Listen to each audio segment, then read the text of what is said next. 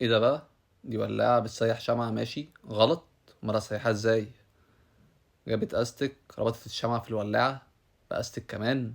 ايوه ليه؟ دبوس مكتب. يا بنت اللذينة، عملت مسدس شمع بولعه واستك بس. لو ما عندكش مسدس شمع في ثواني جامدة.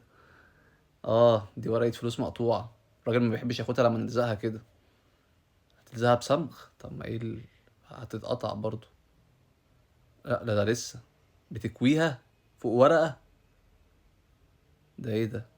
تقوليش هترجع جديدة. يا بنت اللذينة ولا يا ابن اللذينة بقى. رجعت جديدة. جامدة دي، هجربها.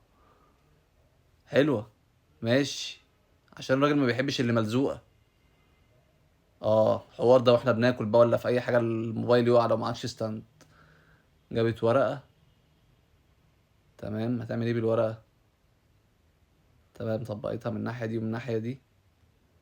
بعد كده طبقت مستطيل. ماشي. ايوه من الناحية دي تمام. ايه ده؟ دي بتعمل ستاند. ده الستاند ده هيبقى ثابت بورقة واحدة. ورقة خفيفة. دي مهندسة دي. تمام، حطي الموبايل بقى كده. وايفون 17 وايه. يا بنت اللذينة. جامد قوي الستاند ده، ارخص ستاند شفته في حياتي، جامد قوي. ماشي. اه دي علب الجزم، ماشي. جاب اتنين. قطع واحدة. اوه. دي فن استغلال الحاجات اللي ملهاش لازمة بقى. بقى مخزن، بقى حاجة ممكن تحط فيها اي حاجة. لا جامد جامد جامد.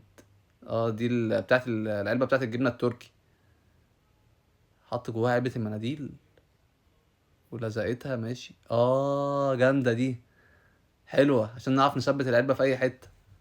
ضغطها ازازة الزيت الكبير. ده بنرميه، هي هتعمل ايه بقى؟ يا بنت اللذينة، ستاند رايق قوي. وممكن برضو عشان السفنجة بتاعت المواعين. وممكن نثبته يبقى علاقة. ايه يا جماعة، الناس دي بتفكر ازاي؟ ده ايه ده؟ ده بيلمع الخشب ده ولا بيعمل ايه؟ ده جاب زيت زيتون وخل بلسمك. بيشيل الخدوش اللي في الخشب وبيلمعها. زيت زيتون وخل بلسمك بس. يا ابن اللعيبة. إيه؟ ليه يا حبيبي؟ ده امي لو شافتك هتعمل منك بطاطس محمرة. حرق في الكنبة. ليها علاج دي كمان.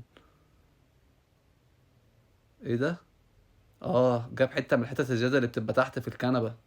بيقصها، ماشي. وبعدين. مشرط. تمام، بياخد منها الفروة بتاعتها. ماشي. جاب عود سنان ولا عود خشب. حط عليه امير. في الخرم، تمام. ايه ده؟ يا ابن اللذينة. من نفس القماشة. جاب فروة جديدة. وبيحطها مكان الحرق. اوه. ده الكنبة رجعت كأنها جديدة. احنا عندنا حرقة كنت انا عاملها وامي زعلانة بسببها، هروح اقول لها على الفكرة دي دلوقتي، لو نجحت هتفرح بيا قوي.